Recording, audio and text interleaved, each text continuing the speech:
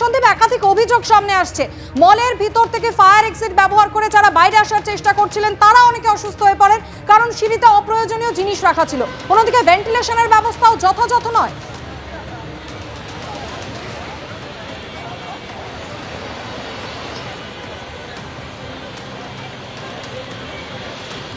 দেখো, এই প্রশ্নগুলো কিন্তু উঠছে, তার কারণ হচ্ছে যে যারা এখানে ফায়ার এক্সিট দিয়ে বেরোনোর চেষ্টা করেছিলেন তাদের এরকমটাই অভিজ্ঞতা।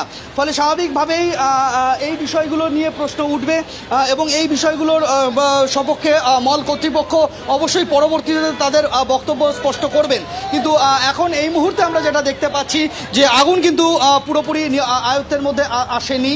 দমকল কর্মীরা অন্তত আগুনের উৎসস্থলে পুরোপুরি পৌঁছাতে সক্ষম হয় না। এখন অব্দি আমার কাছে যে খবর আছে কেউ আটকে দেয় করার চেষ্টা করা হয়েছে মোটামুটি।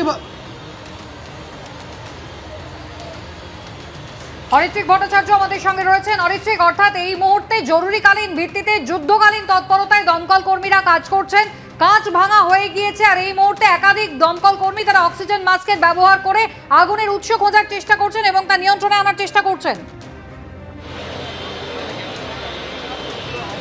একেবারেই তাই। দেখো, তুমি আমার ফ্রেমে দেখতেই পাবে, যেহেতু যেটা আমরা বারবার বলছি, এই শপিং মল একেবারে একটা আবদ্ধ জায়গা এবং সেখান থেকে কোনোভাবেই এই যে ধোঁয়া পুরোটা জুড়ে শপিং মল জুড়ে ছড়িয়ে পড়েছে, সেই ধোঁয়া এখান থেকে বার করার সেই অর্থে কোনো ভেন্টিলেশন কিন্তু বড়সড় পাওয়া যাচ্ছিল না এবং যেটা কিন্তু একটা বড় সমস্যা তৈরি করছিল। এবং সেটার জন্যই কিন্তু যেটা করা হয়েছে, এই মুহূর্তে তুমি দেখতে পাচ্ছ যে বেশ কয়েকটি কাঁচ, এই মুহূর্তে যে দিকটায় ধোঁয়া বেশি ছিল সেদিকে বেশ কয়েকটি কাঁচ ইতিমধ্যেই ভেঙে দেওয়া হয়েছে, যাতে সেখান থেকে কালো ধোঁয়া বেরিয়ে যেতে পারে, দমকল কর্মীদের দৃশ্যমানতার কিছুটা সুবিধে হয়, তাদের অক্সিজেন যে প্রয়োজনীয় অক্সিজেন সেটা পেতে যাতে সুবিধা হয়, কাজ করতে সুবিধা হয়, তার জন্য এই ব্যবস্থা করা হয়েছে।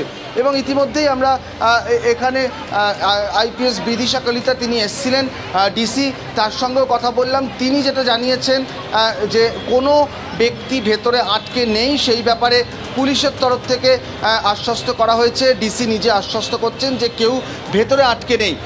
তবে বাকি যে বিষয়গুলো নিয়ে কথা হচ্ছে, যে অপ্রতুল রাস্তা বা অন্যান্য সমস্যার মুখোমুখি হতে হয়েছে সাধারণ যারা এখানে চাকরিজীবী বা অন্যান্যদের, সেগুলো নিয়ে অবশ্যই এখনই কথা বলার সময় আসেনি। তবে প্রাথমিকভাবে যেটা জানা যাচ্ছে, ফুড কোর্টেই আগুনটি লেগেছিল। ফুড কোর্টের নির্দিষ্ট দোকান থেকে আগুন লাগার পর কালো ধোঁয়া ছড়িয়ে পড়তে শুরু করে এবং যেহেতু আবদ্ধ একটি জায়গা, তার ফলে দ্রুত কালো ধোঁয়া পুরো শপিং মলের দখল নেয়। এখনও বিভিন্ন অংশ থেকে কালো ধোঁয়া বেরোতে আমরা দেখতে পাচ্ছি।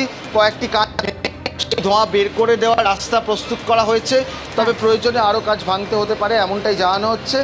এখন এটাই দেখার যে কতক্ষণে এই আগুন নিয়ন্ত্রণে আসে। আপাতত ভেতরে কেউ আটকে নেই, সেই ব্যাপারে কিছুটা নিশ্চয়তা পুলিশের তরফে পাওয়া গেলেও আগুন কিভাবে নিয়ন্ত্রণে আসবে, দমকল কর্মীরা নির্দিষ্ট জায়গায় পৌঁছলেন কিনা, সেই প্রশ্নের উত্তর কিন্তু এখনও অধরা। তবে আমরা বাইরে থেকে যেটা দেখতে পাচ্ছি যে এই মুহূর্তে বেশ কিছু জায়গায় ভেতরে জল ছেটানো, যেগুলো দমকলের তরফ থেকে জল দেওয়ার কাজ হয়, সেগুলো কিন্তু চলছে। এবার এটাই দেখার যে কতক্ষণে তারা গোটা আগুনটাকে নিয়ন্ত্রণে আনতে পারেন। একেবারেই তাই, অপেক্ষা কতক্ষণে গোটা আগুন নিয়ন্ত্রণে আসে। তবে 21 তলা মল, স্বাভাবিকভাবেই একেবারে থার্ড ফ্লোর অর্থাৎ চতুর্থ তলায় আগুন লেগেছে, মূলত ফুড কোর্ট এবং বুক স্টোর যেখানে রয়েছে, তাই আগুন নিয়ন্ত্রণে আনতে হয়তো আরও কিছুটা সময় লাগবে। বদ্ধ জায়গা, ইতিমধ্যেই কাঁচ ভাঙার কাজ কিন্তু করছেন দমকল কর্মীরা।